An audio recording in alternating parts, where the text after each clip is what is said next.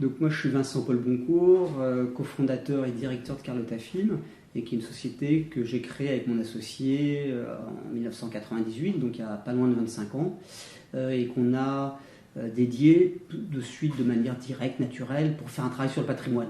Donc d'abord distribution de films en salle.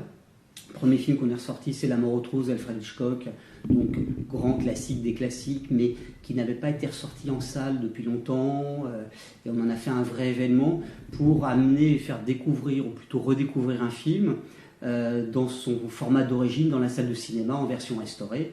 Alors à l'époque on était en 35 mm, on n'était pas en numérique, c'était des copies, hein, donc on sortait en copie restaurée, et donc Carlotta est parti de là, de sortir un premier film, La mort aux trousses, de se dire qu'on pouvait apporter un travail un peu différent, alors sur le choix des films surtout, par rapport à ce qui existait déjà sur le marché, par rapport aux autres distributeurs.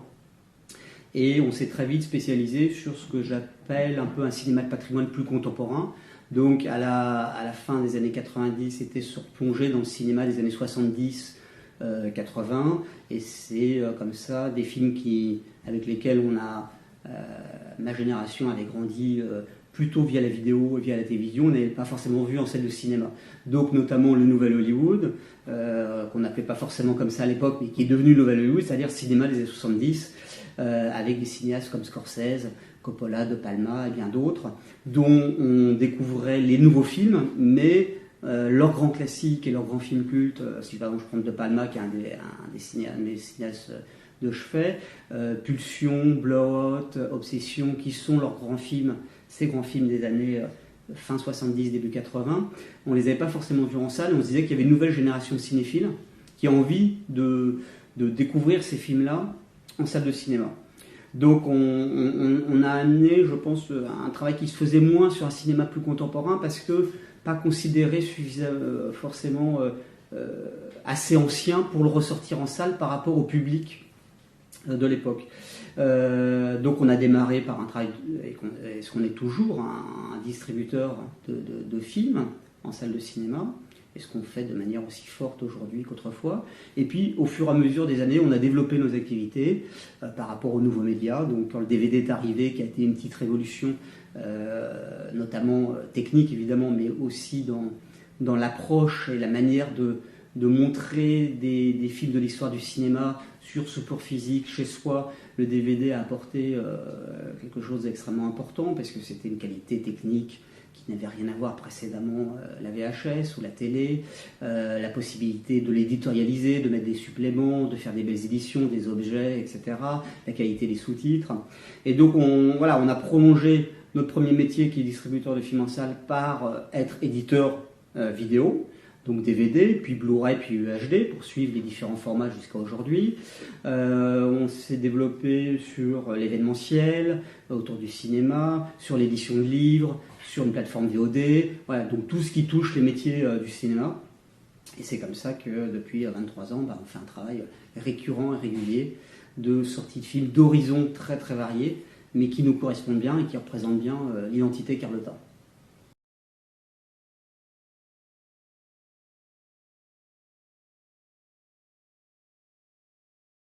Alors, je dirais que notre travail, en fait, quel que soit le média, il est le même. C'est-à-dire, c'est choisir, d'avoir un côté un peu curateur, c'est-à-dire choisir des films, pas uniquement les films qu'on adore et qu'on veut se garder à soi-même, mais surtout des films qui nous semblent importants à différents niveaux de montrer, de faire découvrir, de remontrer. C'est pour ça qu'on allie sur Carlotta un travail qui va de grands classiques de l'histoire du cinéma mondial, mais qu'il faut ressortir, remontrer constamment et sortir tous les 10 ans.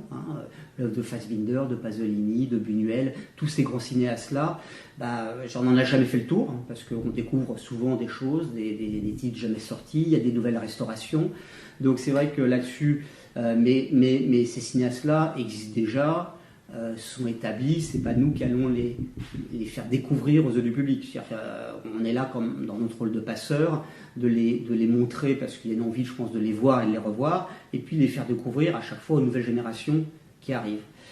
Donc on allie à la fois ces films qui sont déjà plus ou moins selon, mais des jalons de l'histoire du cinéma, mais qu'il ne faut pas oublier, parce que l'histoire, quand on ne monte plus les films, d'un seul coup, on les oublie. et ça part de notre mémoire. Et puis aller aussi d'être dans un rapport peut-être un peu plus de défricheur, d'aller chercher, trouver des films plus rares, jamais montrés, des films inédits, des films qui ne sont jamais sortis en France, des trésors qui arrivent de nulle part et sur lesquels on est ébloui. On a des exemples récents comme L'échiquier du vent, un film iranien que personne n'avait vu puisqu'il était censuré, perdu et donc jamais montré. Et quand on l'a vu, nous, premiers spectateurs en festival, on a été éblouis, on se demandait ce qu'on voyait. Donc après, on a fait notre travail de distributeur, de pouvoir acquérir le film et de le sortir, de le faire exister, de le montrer. Donc voilà, il y a plein de niveaux de travail. On ne se pose pas la question de ce qu'on va faire. C'est un vrai amour et passion du cinéma et de découvrir des choses, que ça soit connu ou moins connu, et ensuite de les amener la profession, d'abord les exploitants, les diffuseurs, les journalistes, la presse, etc. Et puis évidemment, in fine, le public. Et notre métier, on n'est jamais autant satisfait que quand on rencontre le public, quel que soit le niveau et de difficulté des fois par rapport à certains projets, mais en tout cas qu'il y a un vrai accueil et qu'il y a un public qui soit là et qui réagissent en fait par rapport à nos forces de proposition. Après, c'est vrai que j'ai le sentiment aussi qu'on est, même si on travaille tous les cinémas, ce qui nous intéresse, c'est vraiment de travailler aussi bien, ça peut être un film des années 20, un film muet, un film de 2000, donc plutôt relativement récent, des films des années 2000, comme des films de Del Toro, Denis Darko ou d'autres, des films qui viennent d'Asie, d'Afrique, des États-Unis, d'Angleterre, de différentes décennies. Donc ce travail-là nous passionne, c'est d'aller chercher et de créer des synergies entre différents publics, différents genres, et d'aller constamment aller à la curiosité potentielle qui existe du spectateur, de la spectatrice.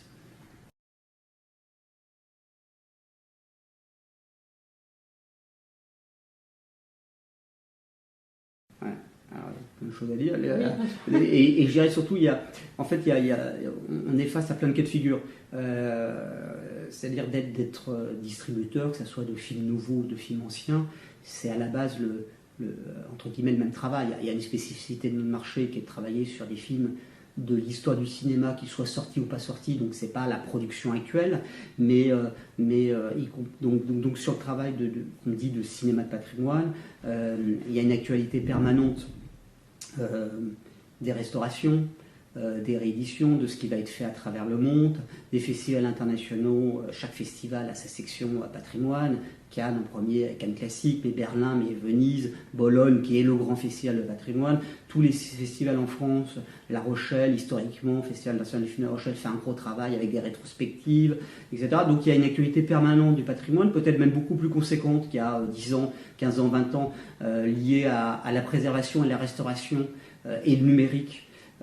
Qui a aussi énormément accentué les possibilités et puis une envie de restauration des ayants droit, de fondations qui existent, d'institutions, de cinémathèques. Donc il y a beaucoup d'acteurs, ce qui fait qu'il y a une actualité permanente, comme je disais, du cinéma de patrimoine, et qu'il y a beaucoup de découvertes, comme on va découvrir dans un marché du film à Berlin ou à Cannes, des films nouveaux qui ont été tournés, je ne sais pas, aux Philippines, Sri Lanka, en Afrique, etc., et que vous voyez peut-être pour la première fois, et il y a le même rapport, toute proportion gardée, sur le patrimoine aussi. Donc c'est notre métier, c'est comme un distributeur de films nouveaux, c'est d'être aussi attentif à l'actualité du patrimoine à travers le monde, ce qui existe, ce qui va se faire, les festivals qui présentent des œuvres, qui vont procéder de nouvelles restaurations, nous d'être en relation avec beaucoup d'ayants droit, de vendeurs, d'institutions, et de créer aussi des liens avec ces sociétés-là, ces personnes, pour créer des collaborations. S'ils sont contents du travail qu'on va avoir fait, c'est de nouer des relations et de continuer ce travail-là sur d'autres projets, d'autres restaurations, d'autres sorties. Donc ça, c'est le travail qu'on fait en fait au quotidien, sans se dire qu'on va faire ça à tel ou tel moment de la journée, mais d'être en relation avec tous ces interlocuteurs, des nouveaux qui arrivent, pour voir des films, pour éventuellement les acquérir, les sélectionner, etc. Et pour répondre dans un deuxième temps à votre question qui est sur la restauration, la préservation et autres. Alors très souvent, puisqu'on est, voilà, la France est le pays de la cinéphilie, mais ça reste un petit pays par rapport aux États-Unis ou l'Angleterre, ou en tout cas, je veux dire, le potentiel anglo-saxon qui peut exister. Donc très souvent, on est quand même dans un rapport où on prend le relais, un peu comme quand un film est fini, un nouveau. Il est fini, post-produit, étalonné, etc. Là, le film a été restauré, l'élément existe, en théorie, les droits ont été clearés par l'ayant droit, et donc on achète le film auprès d'un vendeur, d'une institution, d'un privé, ce qu'on veut, et qui nous met à disposition, nous, distributeurs locaux qui le représentons en France, comme vous avez un représentant en Allemagne, en Angleterre, des homologues, etc. Et donc il nous met à disposition ce nouveau matériel qui existe, qui permet de le diffuser et de le montrer. Donc on ne restaure pas nous-mêmes le film, on a accès à la restauration qui peut être faite par les Droits Monde, ça peut être un MK2, ça peut être un Cinémathèque de Bologne, ça peut être la Fondation Fassbinder, etc. Donc ça c'est, je dirais, un cas de figure qui est quand même assez récurrent, puisque nous, distributeurs, représentants du film en France, si on n'a que les droits France, on n'a pas forcément le potentiel et l'économie, vous voyez, de se dire on va restaurer un film juste pour le sortir en France, parce que tout ça coûte beaucoup d'argent, et derrière, c'est quand même plutôt l'ayant droit monde qui, par rapport à ce potentiel de vente qu'il peut avoir justement à travers le monde, ou de mécénat ou autre, etc., qui peut se lancer dans ce type de travail. Après, vous avez aussi des films que nous, on peut aller chercher, repérer ou autres, qui ne sont pas forcément restaurés, et sur lesquels on va se lancer sur une restauration, essayer de trouver des financements, mais ça va être plus sur des films indépendants ou autres, et à ce moment-là, il faut trouver le moyen de le faire, de financer, et donc on peut être amené à participer, à contribuer à des restaurations. Voilà un peu les deux cas de figure. Et puis après, vous avez des films aussi qui existent, où il y a des bons éléments qui existent, mais où il faut upgrader un peu tout ça. Donc vous allez faire des travaux de restauration supplémentaires, mais qui sont sans commune mesure par rapport à partir du négatif et d'être sur tout le chemin. Après, voilà un petit peu les différentes axes et possibilités selon le profil du film et de l'ayant droit.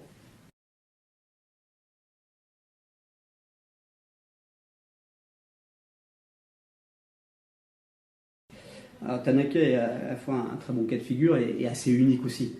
C'est-à-dire que sur toute notre histoire, c'est peut-être on en a fait beaucoup de films sortis, mais un des projets peut-être les plus ambitieux, surtout du fait que ça partait entre guillemets de nulle part, dans le sens où évidemment les films existent et sont sortis à l'époque, mais qu'au Japon quasiment. On a découvert l'œuvre de Tanaka, cinéaste, au fur et à mesure, dans le sens où elle est connue à travers le monde et même par les cinéphiles français, mais en tant qu'actrice, puisque, comme vous le savez, c'est la plus grande actrice de l'histoire du cinéma japonais. Elle a joué dans 250 films, du muet jusqu'à la télévision. Elle a tourné avec les plus grands de l'âge d'or du cinéma, la muse de Mizoguchi sur 12 films. Elle a tourné aussi avec Naruse, Ozu, etc. Enfin, la liste est monstrueuse, on peut en parler pendant des heures. Mais c'est avéré que, voilà. Donc, nous, on travaille au cinéma japonais depuis 15 ans, 16 ans. On a sorti quasiment, enfin pas tout, mais on a sorti tous les films d'Ozu ont été distribués. Réédité, dont pas mal d'inédits par Carlotta, et on fait un travail, on est beaucoup sur le cinéma asiatique, pas que, mais et puis c'est des choses qu'on développe un peu de manière naturelle, parce que c'est vrai que le travail sur l'histoire du cinéma, ce qui est passionnant, c'est qu'on découvre constamment. Donc c'est-à-dire que comme on commençait à travailler sur le cinéma japonais, vous ouvrez une porte, puis une deuxième, etc., et c'est sans fin. Puisque le cinéma japonais, qui est quand même plutôt bien exposé en France, que ce soit l'actualité des films contemporains que du passé, finalement, c'est beaucoup et peu à la fois. Il faut se mettre dans le contexte que le cinéma japonais, dans son âge d'or, dans les années 50-60, c'était 400-500 films par an. Donc plein de films qui sont peut-être pas irregardables, mais difficiles à exporter. Mais dedans, plein de films et grands auteurs qu'on a découverts très tardivement et dont il reste encore des pages énormes à découvrir. Si on prend Ozu, il y a encore beaucoup de films d'Ozu qui ne sont pas sortis en France, commercialement. parce qu'ils ne sont pas sortis à l'époque, ils n'ont pas été réédités dans les années 80-90, qu'il n'y avait pas forcément de matériel, et puis au fur et à mesure, on va pouvoir découvrir, et on espère dans les années à venir. Et donc, par rapport à tout ce travail qu'on fait au quotidien sur le cinéma japonais, comme je vous le disais, on découvre, et puis à un moment donné, telle ou telle personne va nous amener sur tel ou tel film, et spécifiquement pour revenir à Hideo Tanaka, un de mes collaborateurs et amis, cinéaste, historien, Pascal-Alex Vincent, pour lequel on a coproduit et distribué son documentaire sur Satoshi Kon, qui est un grand spécialiste du cinéma japonais. Il était au Japon pour tourner des interviews de Satoshi Kon, et puis dans sa curiosité, dans ses relations, il est allé aussi, j'oublie à chaque fois le nom de la ville, mais dans la montagne, une ville en montagne, quelques heures de Tokyo, où allait Ozu, et c'était un peu son lieu de maison de retraite où il écrivait ses scénarios, il faisait venir ses amis, etc. Donc on a envie d'y être tout de suite. Et dans ce lieu, vous avez la maison d'Ozu qui a été transformée en musée, et qui est un petit musée, etc. Et vous retournez un peu sur les traces d'Ozu. Et vous avez le conservateur du musée qui parlait à Pascal en lui disant est-ce que tu connais ce film-là qui s'appelle La Lune s'est levée, qui est sur un scénario d'Ozu, mais qui a été réalisé par Tanaka. Lui-même ne le connaissait pas, enfin on a tous découvert. Hein. Et il m'en a parlé en me disant tiens, je ne connais pas, j'ai pas vu ce film-là, mais ça peut être intéressant, ce film a des ramifications avec Ozu, et dans ce travail quotidien sur Ozu, évidemment, ça a attisé nos curiosités. On a cherché qui était l'ayant droit du film. C'est un studio qui est né à Nikatsu, un des grands studios japonais, studio avec lequel on travaille parmi tant d'autres. Et puis voilà, savoir s'il avait bien vu du film, s'il y avait du matériel, il nous a envoyé un lien, puis on a commencé à travailler, puis on a acquis ce film. Il a eu seul lieu en se disant qu'on allait sortir ce film-là en suivi de ce qu'on faisait sur Ozu. Et puis petit à petit, on a découvert d'autres films. On se plonge dans l'histoire, on est le premier spectateur. On a découvert que Tanaka, cinéaste, avait fait d'autres films. On en a fait 6.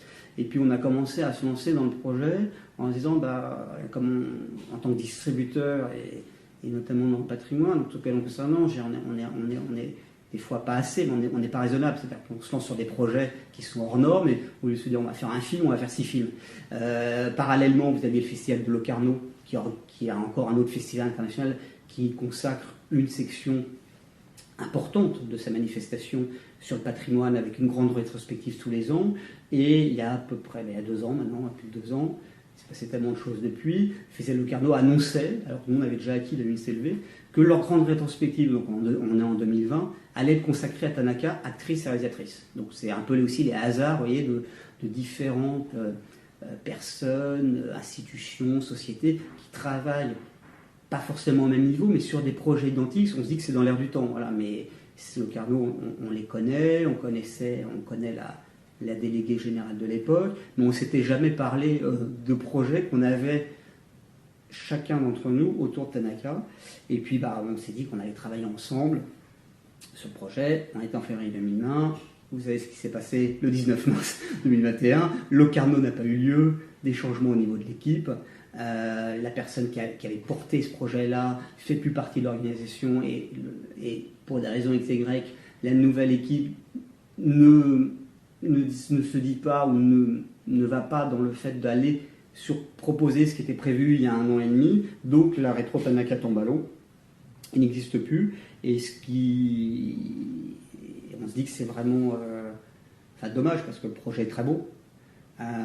Pour qu'il existe, c'est pas juste acquérir les droits, c'est aussi faire restaurer les films, parce qu'aucun film n'était restauré. Donc c'est-à-dire que si vous avez les droits mais vous n'avez pas d'éléments, vous ne pouvez pas le diffuser, donc pas faire votre travail, et vous ne pouvez pas in fine le montrer aux spectateurs.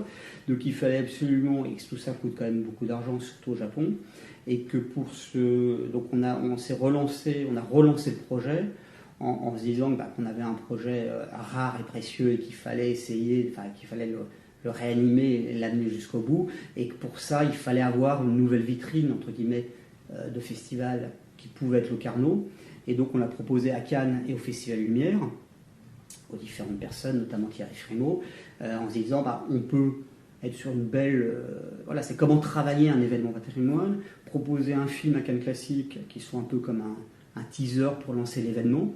Ensuite, d'avoir la rétrospective intégrale en 6 films, Tanaka réalisatrice, à Lyon. Alors en plus, Cannes, l'an dernier, était en juillet, Lyon, toujours en octobre, donc c'était plus ramassé. Et de cette manière-là, on a pu remotiver notamment les différents studios ayant droit japonais, en disant bah voilà, vous avez cet événement qui existe, vous allez avoir une visibilité, une notoriété, une vitrine avec canne puis lumière. Vous pouvez, ça vaut le coup de restaurer les films et trouver les financements aussi avec des institutions qui seraient l'équivalent du CNC voyez, au Japon, Japan Film Foundation, et que bah, nous on achetait les films, que sûrement d'autres distributeurs à travers le monde pouvaient être intéressés parce que voilà, c'est comment financer économiquement. Et on a réussi donc à convaincre jusqu'au bout que parce qu'on était avec 4 ayants droit différents, que les 4 studios, comme on dit, Nikatsu, la Toho, la Shochiku et le Daiei, bah, se lancent avec nous dans l'aventure et restaurent les films. Voilà. Et le challenge, c'était aussi d'être prêt à lumière avec les 6 films, ce qui a été jusqu'au bout, bah, on a réussi, puisque les sous-titres français n'existaient pas, il fallait voir les nouveaux éléments, des CP, etc. Et donc là, c'est parti. Voilà, donc là, c'est un peu long, hein, mais c'est voilà, c'est un cas d'école aussi, hein, parce que c'est pas, on n'est pas dans une configuration, je vous parlais tout à l'heure, où même si c'est pas nous qui avons restauré les films, vous avez d'un seul coup des films qui arrivent de nouveau sur le marché et qui sont présentés dans le festival, qui ont été restaurés, qui sont de nouveau accessibles. Non, là, on a lancé ce projet-là avec différents partenaires, donc c'est pas de manière isolée, c'est ça qui est le plus intéressant aussi. Et quand je dis que c'était rare aussi, c'est à l'inverse. On a lancé ce projet-là, évidemment en relation avec les ayants droit, leur accord, acheter les films, et de là est parti le besoin de restaurer les films. Voilà. Et donc c'est une initiative qui émane vraiment de la France et d'une société privée comme la nôtre et d'institutions comme le Festival de Cannes et l'Institut Lumière. Et maintenant ces films sont disponibles à travers le monde, et non seulement sortent en France, nous on a juste les droits, France, Belgique et Suisse, mais ils sont actuellement où ils vont être présentés dans le monde entier, puisque d'un seul coup, bah, vous avez un cas de figure où un ayant droit, les éléments qui existent, et il n'y a plus qu'à entre guillemets. Donc là, ils sont présentés à Bologne, en Italie, ils vont être présentés à New York, donc ça va être en Angleterre, donc d'un seul coup, voilà, et jusqu'à être remontré pour la première fois au Japon, parce que les Japonais connaissent énormément Tanaka, mais l'actrice, mais ils ne la connaissent pas réalisatrice, parce qu'ils ne voyaient pas les films. Quand je vous parlais de la mémoire qui disparaît, quand on ne montre plus les films, bah, ils disparaissent et on ne sait plus qu'ils existent, que telle ou telle personne a été réalisateur, réalisatrice ou autre. Et donc la boucle a été un peu bouclée, ou dans le sens, même si l'aventure Tanaka est loin d'être finie en France, hein, une des étapes actuellement, c'est la sortie en cinéma, mais ensuite on va sortir en coffret DVD Blu-ray, passage à la télévision, VOD, documentaire qu'on va réaliser et produire. La boucle est bouclée dans le sens où, avec tout ce travail qui a été initié par la France, les films ont pu être montrés au Festival de Tokyo au Japon, qui avait lieu, je crois, fin octobre ou fin novembre, grâce en fait à tout ce qui a été initié et tout ce qui est parti de France. Voilà. Donc c'est plutôt une belle histoire. C'est vrai que c'est assez rare et unique. Et ce qui est d'autant plus rare, c'est que le projet est très beau en soi, mais ce qui est encore plus beau, c'est que les films sont sublimes. C'est-à-dire que les films sont incroyables, les 6 films sont des grands films de l'histoire du cinéma, et c'est pas juste des simples curiosités ou des films qui sont intéressants, pas mal, que vous pouvez voir à la cinémathèque, hein, et qui finalement, souvent on dit pourquoi des films ou des œuvres sont oubliées, c'est des fois pour des bonnes raisons. Vous voyez, c'est parce que les films, c'est pas qu'ils sont forcément mauvais, mais ils sont peut-être aussi trop ancrés dans leur époque, ils ont vieilli, ils sont peut-être moins bons aujourd'hui, ou ils étaient déjà moins bons à la base au départ. Là où il y a, je pense, une révélation totale d'être sur 6 films. Alors chacun va avoir ses préférences, hein, son Tanaka préféré, mais sur 6 films qui sont immenses et finalement qui jalonnent toute l'histoire du cinéma, mais qu'on ne connaissait pas et qui n'existaient pas. Donc c'est aussi, et ça c'est pas nous qui les avons fait, hein, c'est la réalisatrice, mais c'est formidable que tout coïncide et qu'à l'arrivée, puisqu'on a découvert aussi les films au fur et à mesure, et on a découvert nous-mêmes, quand je dis qu'on est souvent les premiers spectateurs, c'est vraiment le cas, on a découvert aussi au fur et à mesure à quel point cette œuvre était incroyable, forte, moderne, parlait aujourd'hui. Et ça, on n'avait pas forcément la garantie au départ.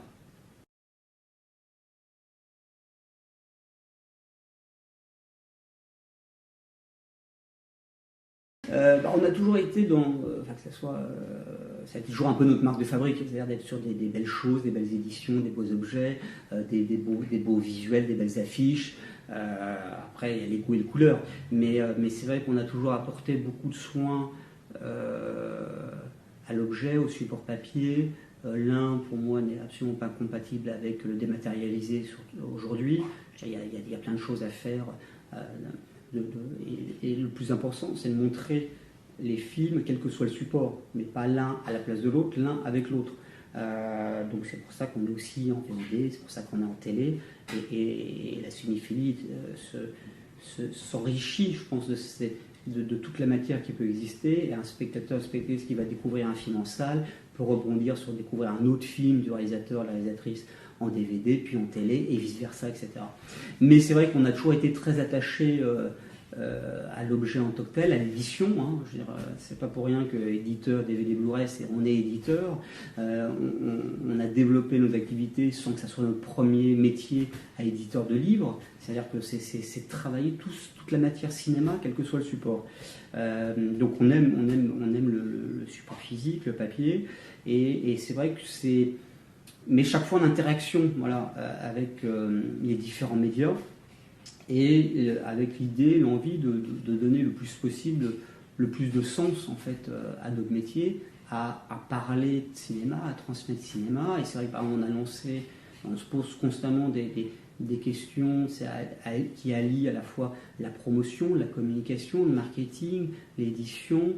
Et on avait lancé il y a 1 an et demi maintenant à peu près cette collection de petits livres de cinéma qui ne sont pas des livres vendus dans le commerce, mais qui sont hors commerce, et on en fait 4, 5 à peu près par an, liés à nos actualités, souvent salles et ou DVD Blu-ray, et qui sont offerts aux spectateurs, aux salles de cinéma, aux spectateurs, aux journalistes, envoyés aux achats qui ont lieu sur notre boutique en ligne, etc.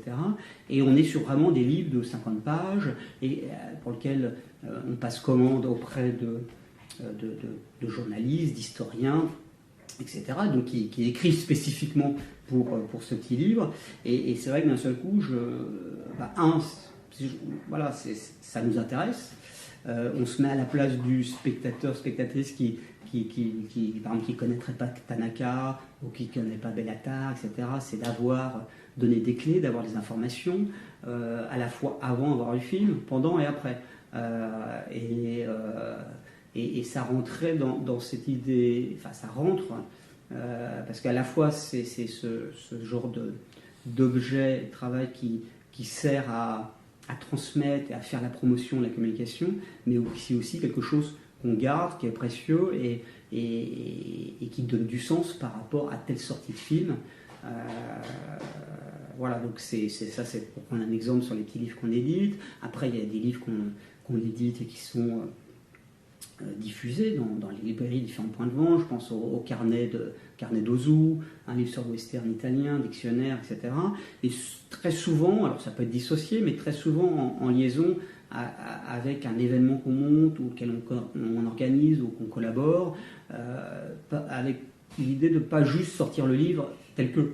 Par exemple, le livre d'Ozu, c'est juste une suite logique et cohérente de tout le travail qu'on fait sur Ozu, en salle, en vidéo, etc., de coffrets qu'on édite, et de se dire que, d'être dans la synergie, de se dire que quelqu'un qui aime Ozu a aussi envie de se plonger dans cet ouvrage incroyable où il raconte son quotidien, sans forcément parler trop de ses films de tournage, mais où on est d'un seul coup immergé comme jamais dans sa vie, dans son quotidien, dans son œuvre, et finalement dans son cinéma.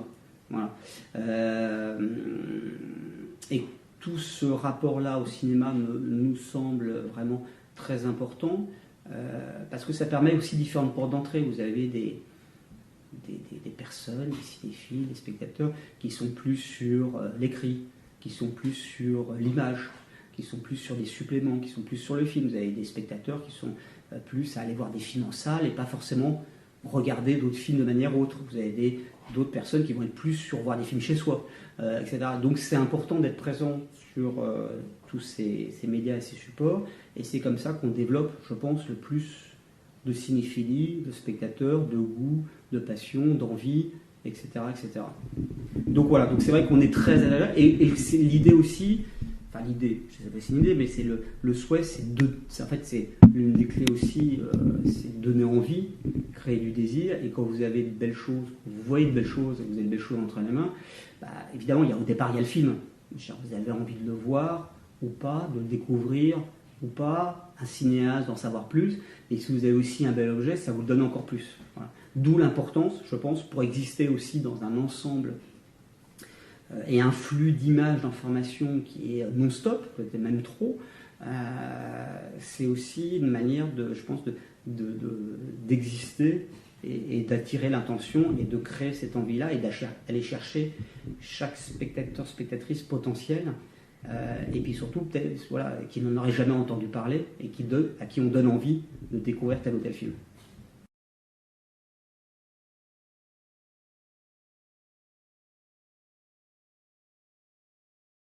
C'est plus l'idée d'un lieu, en fait, quoi.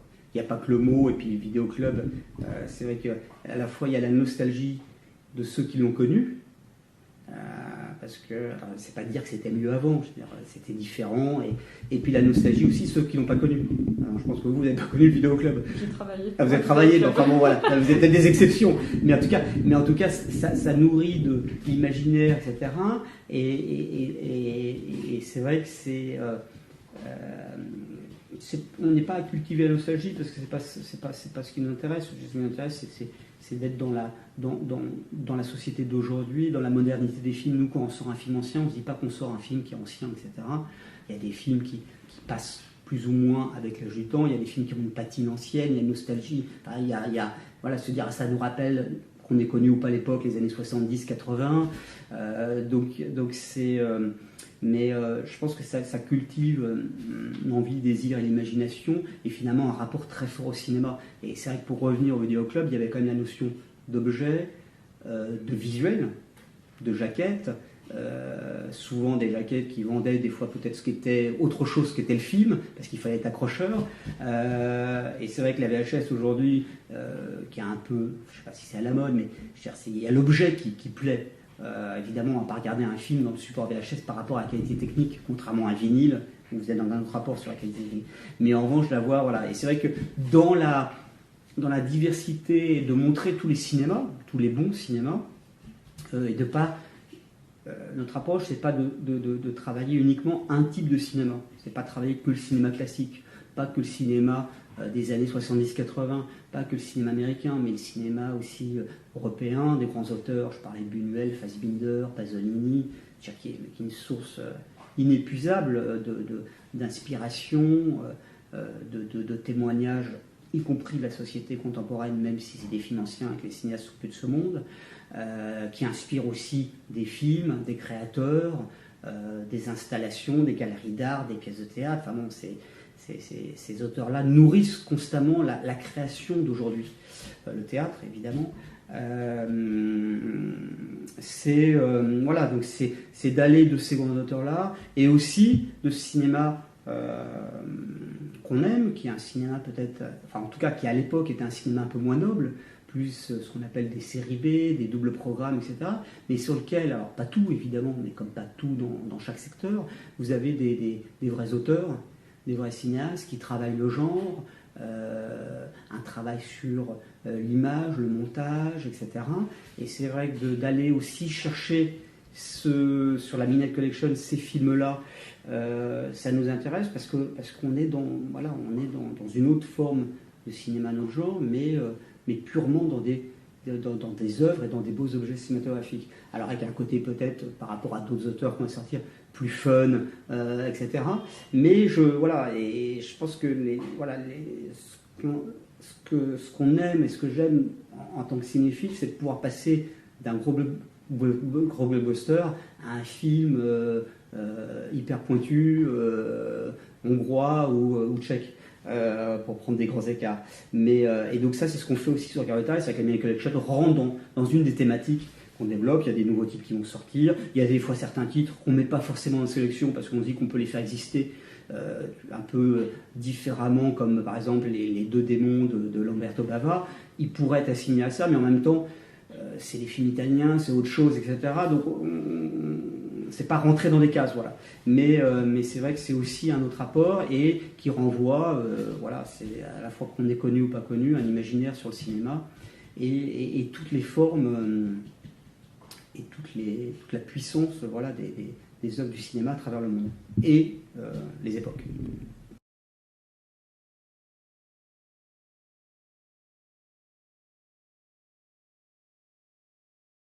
Oui, oui, non, c'est vrai que c'est, oui, c'est en fait genre, le fondement de, alors peut-être encore plus sur le patrimoine, parce qu'il y a, une attache, une approche par rapport au cinéma, si on fait ce métier-là, et notamment au secteur du patrimoine, c'est parce que moi, mes collègues, on ne fait pas ça de manière opportune, par hasard, etc. C'est qu'on est voilà, profondément animé par le cinéma, et évidemment de transmettre. Voilà, donc passeur, la transmission, le passage.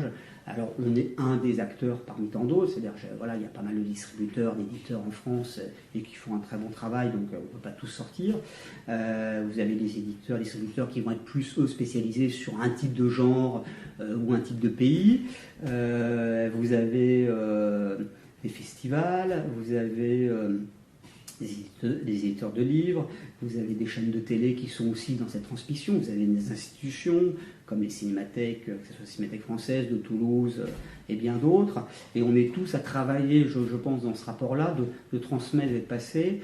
Avec nous, la spécificité, c'est de pouvoir travailler d'un support et d'un public à un autre, d'être une société privée commerciale, mais ce qui nous, voilà, voilà, je pense qu'on, nous, parmi d'autres, on contribue en effet à cette transmission avec ce qui du cinéma, et ce qui nous intéresse toujours, c'est voilà, d'attiser la curiosité, la soif de curiosité des spectateurs, spectatrices qui pour moi est potentiellement là, et puis d'être dans quelque chose d'extrêmement vivant et pas du passé justement, dans une matière vivante qui est le cinéma, quel que soit le film et quelle que soit son époque. Et d'aller évidemment à la découverte ou redécouverte pour les personnes voilà, qui, par rapport à notre métier distributeur qui est celui-là d'aller à la recherche du public. Voilà. Mais c'est vrai que c'est important, donc ce rôle de passeur de transmission est quelque chose. En même temps, c'est pas qu'on n'y réfléchit pas, mais on le fait en fait. C'est naturel. Voilà. Non, mais on ne se dit pas, parce que si on commence à réfléchir de ce qu'il faut faire, pas faire, est-ce que ce film-là il faut le faire, est-ce que ce film-là ça marcher, il y a pas mal de films, on sait que ça va être beaucoup plus difficile, mais on a envie de le faire exister, parce que même si ça sera moins de monde, ça sera quand même des gens. Voilà. Et que quand on sort tel film taïwanais ou sri-lankais, inconnu, comme on a actuellement dans l'actualité, je suis intimement persuadé que voilà, les personnes vont aussi aller vers ça, et que ça va les amener sur autre chose, et vice-versa, etc. Donc ce côté de nourrir constamment la cinéphilie et d'aller constamment à la recherche de nouveaux publics, c'est vraiment quelque chose qui nous anime tout le temps, qui nous a toujours animés et qui continuera à nous animer.